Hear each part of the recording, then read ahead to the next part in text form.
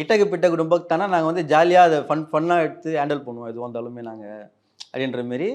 Mafia மேனா பில்லாடானா போட்டுருவோம் மங்காத்தாடினா நாங்கள் பில்லா மாரி ஒரு மாஃபியா மேனா வந்து வேலையை பார்த்துருவோம் அப்படின்ற மாரி. அது ஓகே. ஆனால் அந்த நடுவில் ஏதோ இட்டக்கு புட்டக்கு சொன்னீங்களா? ஆமாம், அது வந்து ஒரு ஃப்ளோவில் இட்டக்கு பிட்டக்குனா ஒரு ஃப்ளோவில் எல்லாத்தையும் பண்ணிருவோம் அப்படின்ற மாரி. இதெல்லாம் நிஜமாவே வார்த்தைகளா? சும்மா ஃப்ளோக்காக யூஸ் பண்ணிக்கிறது தான், ஒரு ரைமிங்கு. ஓ, அந்த மாதிரி தான். ஆனால் அதுக்கு மீனிங் வந்து இப்போ நீங்களே கிரியேட் பண்ணது தானா இல்லை? இதில் சவுண்ட்ஸ் தான், இந்த சவுண்ட்ஸ் எல்லாத்தையுமே நம்ம யூஸ் பண்ணிக்கலாம். இப்போ டர்னு கிழிச்சுனுவாங்கல்ல, டாரா விட்டுச்சு அந்த மாரி, அந்த மாதிரி அந்த சவுண்ட் வச்சு அந்த அந்த வேர்டு சவுண்ட் எடுத்து நம்ம மேட்ச் பண்ணிக்கிறது. ஸோ ட்ரூலி வந்து ஃபேன் பாய் சம்பவமாக தான் இருக்குது.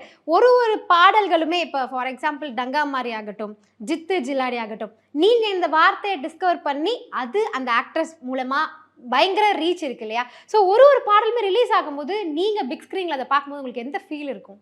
எனக்கு எல்லா பாட்டுமே நான் வந்து ரொம்ப ஆசைப்பட்டு தான் பார்ப்பேன். ஏன்னா நம்ம ஒன்று யோசிச்சு எழுதுவோம் அவங்களுக்காக மைண்டில் வச்சுட்டு, அவங்க சொன்ன விஷயத்தெலாம் வச்சுட்டு அது எப்படி வரும்னு தெரியாமல் நம்ம ஒன்று எழுதி அதை படமாக பார்க்கும்போது அதெல்லாம் ஒர்க் அவுட் ஆகி நம்ம போய் பார்க்கும்போது இன்னும் பயங்கர ஹாப்பியாக இருக்கும். இது எப்படி வந்து பிக்சராக எப்படி இருக்குது பார்க்கும்போது, வீடியோவாக எப்படி இருக்குது அப்படின்னு பார்க்கும்போது, அதை அவங்க எவ்வளோ என்ஜாய் பண்ணி அதை டான்ஸ் ஆடுறதுலேருந்து எல்லா விஷயத்தையும் பார்க்கும்போது நம்மளுக்கு பயங்கர ஹாப்பியாக இருக்கும். ஏன்னா நம்ம நினச்சதை அவங்க பண்ணிட்டாங்க அப்படின்றது ஒன்று கிடைக்கும்.